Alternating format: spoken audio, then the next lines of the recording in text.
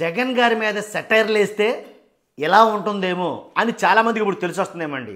ఎలా అంటే విశ్వక్సేన్, ఎవరైతే హీరో విశ్వక్సేన్ ఉన్నారో, బాబు నన్ను క్షమించండి, జగన్ గారు నన్ను క్షమించండి, వైసీపీ వాళ్ళంతా నన్ను క్షమించాలి అన్నట్టుగా క్షమాపణలు చెప్పుకునే పరిస్థితికి వచ్చింది ఒకరి వల్ల. ఎవరి వల్ల? పృథ్వీ గారు. ఎవరైతే లైలా సినిమా ప్రీ రిలీజ్ ఫంక్షన్లో పృథ్వీ గారు కూడా వచ్చి ఆయన మాట్లాడటం జరిగింది.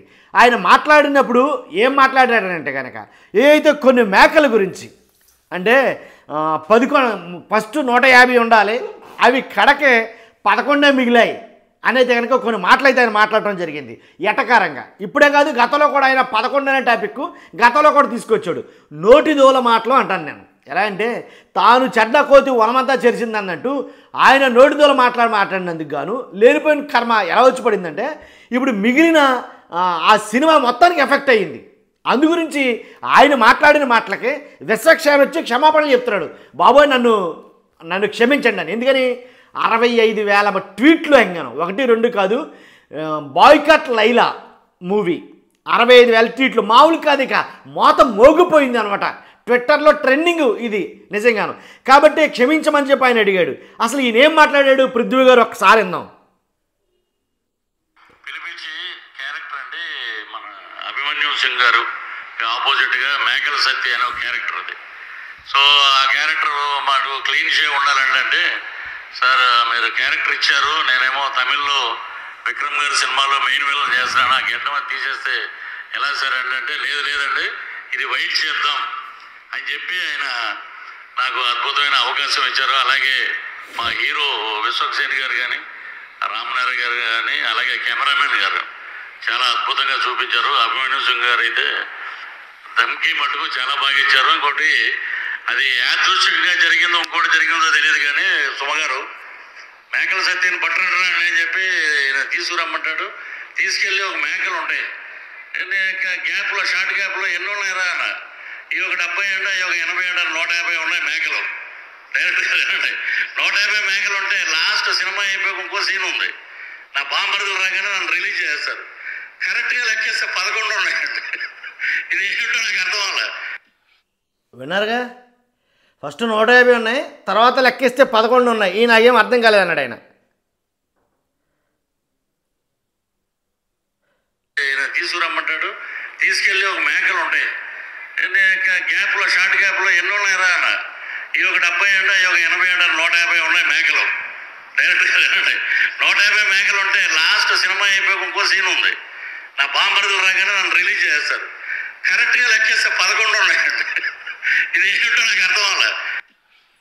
సార్ సినిమా ప్రమోషన్ చాలా పాజిటివ్గా వెళ్తుండే, పాటలకు కానీ, టీజర్కి కానీ, ట్రైలర్కి కానీ, ప్రమోషన్ వైజ్ కానీ. మేము ప్రమోషన్కి నేను ఇప్పటివరకు ఏ సినిమాకి ఒక 15-20 రోజుల నుండి అన్ని షూటింగ్లు ఆపేసి ప్రమోషన్ చేస్తుండే. ఎందుకంటే కెరియర్లో ఎన్ని సినిమాలు చేసినా ఇది స్పెషల్ సినిమా కావాలని దీనికి పెట్టిన ఎఫర్ట్ ఎక్కువ అయి ఉండొచ్చు. బేసిక్గా అమ్మాయి వేషం వేసుకోవడానికి మెంటల్లీ నేను గోత్రూ చేసింది అన్నీ నా పర్సనల్. అది ఇప్పుడు సినిమా హిట్ అయినప్పుడు అన్ని లెక్కలు పనికొస్తాయి కానీ, బట్ రిలీజ్కి ముందే సినిమాకి ఇది నైట్ నేను చూశాను సార్.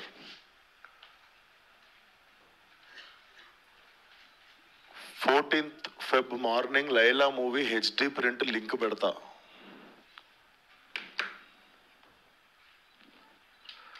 వీడి ఖాతాలో ఇంకొకడు బలి పాపం. ఆడెవడ పెట్టాడో తెలియదు కానీ వీడి ఖాతాలో ఇంకొకడు బలి అనేది. ఎందుకంటే పృథ్వీరాజ్ ఖాతాలో ఇంకొకడు బలి. ఎలాగా? ఆల్రెడీ గేమ్ చేంజర్ పృథ్వీరాజ్ వల్ల కదా. ఏదైతే పృథ్వీరాజ్ మాట్లాడిన నోటితోల మాటల వల్ల గేమ్ చేంజర్ భయంకరమైన డిజాస్టర్ ఫాలో అయ్యింది నిజంగాను. అలాగే కొంతమంది రాజకీయ నాయకులు, అంటే కొంతమంది సినిమా యాక్టర్లు రాజకీయ నాయకుల్లాగా మారిపోయి అదే లైలా ఫంక్షన్లో చిరంజీవి గారు కూడా మాట్లాడారు. ఏమని?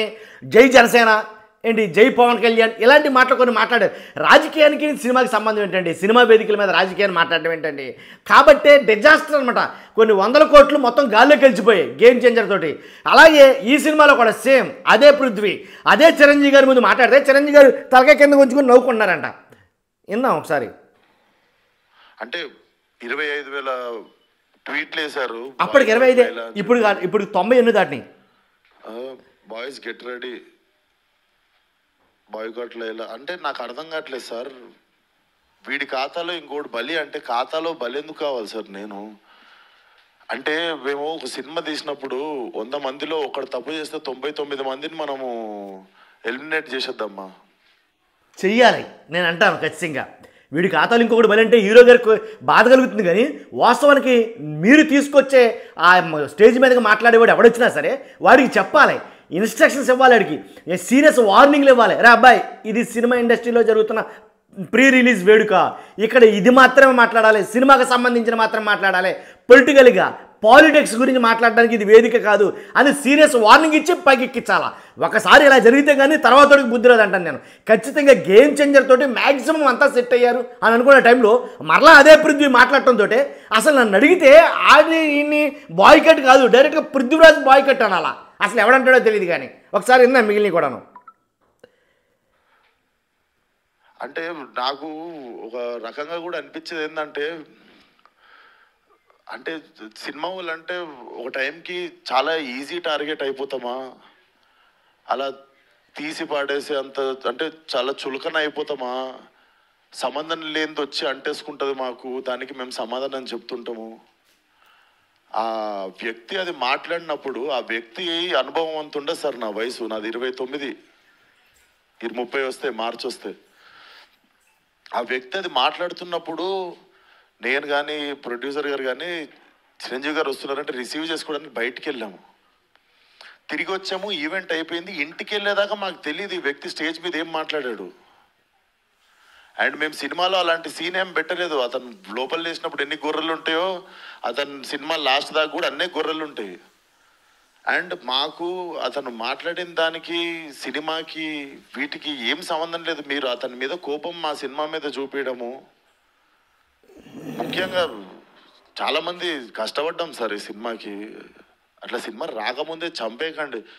అండ్ మరీ అంత చిన్న అంత చులకనగా చిన్న చిన్నవి కాదు, చులకన కాదు. ఒక పార్టీ అధ్యక్షుడిని, ఓ పార్టీ పట్ల ఏంటి, ఒక రాష్ట్రాన్ని ఏలిన పార్టీ పట్ల అంత తక్కువగా మాట్లాడడం లేనిపోయిన ముప్పే. మీకు తెలుసు కదా ఏం జరుగుతుందో రాష్ట్రంలో.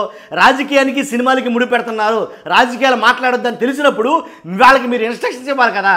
నాకు సంబంధం ఏంటండి అని ఆయన అంటారు. కానీ మీకే సంబంధం. ఎలాగంటే మీ సినిమా ఫంక్షన్ వేడుకలోనే ఆయన మాట్లాడిన మాటలు కంట్రోల్లో పెట్టుకుని మాట్లాడు అని ముందే ఆ వార్నింగ్ ఇచ్చుంటే కనుక ఈ రకంగా జరగకపోనేమో అనేది నా అభిప్రాయం. అర్థం కావట్లేదు ఏం మాట్లాడారు. బాయ్కాట్లు ఇలా 25 ట్వీట్లు ఏంటంటే 25,000 ట్వీట్లు ఏం 25 లక్ష దాటేసిన ట్వీట్లు అయ్యి. మీకు ఈ టైంలో నేను ఒక్కసారి మిమ్మల్ని అడుగుతున్నా, జరిగింది ఎంత కరెక్ట్ అంటారో మీరే చెప్పండి సార్. ఇక్కడ చాలా మంది ఉన్నారు. మీరు ఆయన మాట్లాడిన దానికి మీరు చెప్పండి సార్. మా సినిమా బాయ్కాట్ అని చెప్పి 25,000 ట్వీట్లు వేయడం కరెక్టా? మీరు ఒక్కసారి చెప్పండి సార్. అదే సార్, ఇప్పుడు ఈవెంట్లో ఇప్పుడు అందరికీ నేను ఇంట్లో కూర్చొని వాళ్ళ స్కూల్ ఫీజు నేను కట్టి వాళ్ళకి సంస్కారం నేర్పియలేదు కదా సార్. నేను నేర్పియాలి.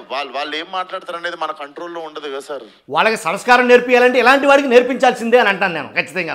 అంటే ఇతరుని ఉద్దేశించి ఒక పార్టీని బ్లేమ్ చేసి ఏ పార్టీని అన్నా సరే, టీడీపీని అన్నా తప్పే అంటాను నేను, జనసేనని అన్నా తప్పే, ఏ పార్టీని అయినా సరే అది వేదిక కాదు, అక్కడి నుంచి మాట్లాడకూడదు. వాడికి స్కూల్ ఫీజు కట్టించి సంస్కారం నేర్పించాలంటే నేర్పించాలి మొమ్మాటికి. నేర్పించకపోతే వాడు ఇష్టసరంగా ఎక్కడ పడితే అక్కడ ఎలా పడితే అలా మాట్లాడుతూ ఉంటారు. కాబట్టి అలాంటి వాళ్ళకి సంస్కారం ఖచ్చితంగా నేర్పించాల్సిందే. అవును సార్, అతనికి నేను నేర్పిస్తానా? అతనికి నేర్పించాలి. ఓ నాదే తప్పు అంటారు. నేను అదే అంటున్నా, నేను కానీ ఇప్పుడు నా మీద పడింది కదా. అది నేను ఇప్పుడే చెప్తున్నా కదా సార్. మేము చిరంజీవి గారిని రిసీవ్ చేసుకోవడానికి వెళ్ళాం. మేము కూడా ఇంటికి వెళ్ళిన తర్వాత చూసాము. మీరు నేను చెప్పింది అబద్ధం అయితే పోయి ఈవెంట్ వీడియో చూసుకోండి. అతను మాట్లాడినప్పుడు మా మీద కెమెరా లేదు, ఎందుకంటే మేము లేము అక్కడ. నేను సావు గారు రిసీవ్ చేసుకోవడానికి వెళ్ళాం. మీకు తెలుసు ఎంత గోలగోలగా ఉంటుందో ఈవెంట్ అయిపోయింది, ఇంటికి వెళ్ళిపోయాము. ఇంటికి వెళ్ళిపోయిన తర్వాత చూసి షాక్. ఇది ఆయన ఎప్పుడు మాట్లాడండి, ఇది అసలు ఇవన్నీ ఎప్పుడు జరిగినాయి అని మేము షాకు. ఎందుకంటే ఈవెంట్ అయిపోయిన తర్వాత మేము కూర్చొని డిన్నర్ చేస్తున్నాము, అంత అయిపోయింది. ఇంటికి వెళ్ళిపోయిన తర్వాత సడన్గా ఈ హ్యాష్ ట్యాగ్ చూసి, అందుకే కదా సార్ ఇప్పుడు పెట్టింది. సార్ కొంచెం అట్లా అరవకండి సార్, నా మీద కొంచెం మెల్లగా మాట్లాడండి, అరవకండి. ఇప్పుడు ఆల్రెడీ బాధ చెప్పుకుంటూ ఉంటే సరే సార్. మీ అందరికీ చూస్తున్న జనాలకి క్లారిటీ ఇవ్వడానికి వచ్చినాం ఇక్కడికి. సో అదే సార్, చాలా కష్టపడి తీసినాం సినిమా. ఎంత కష్టపడి తీసినా నోరు అబ్దుల్లో పెట్టుకుంటే లేని ప్రాబ్లమ్స్ వస్తాయి. ఇలాగే బాయ్కాట్ లైలా అని 25,000 ట్వీట్లు వేసి మీరేమంటారు? బాయ్కట్ లైలా అని ఆయన అంటా ఉంటే క్షమించండి అని అంటున్నాడు. కాబట్టి క్షమించడం జరిగితే కనుక ప్రతి సినిమా ఫంక్షన్లో ఇదే రిపీట్ అవుద్దని. కాబట్టి ఇలాంటి వాళ్ళకి ఖచ్చితంగా కఠినమైనటువంటి చర్యలు అయితే ఉండాలి అనేది నా అభిప్రాయం. నా వ్యక్తిగత అభిప్రాయం కూడా మంచిగా జరిగింది వాస్తవానికి.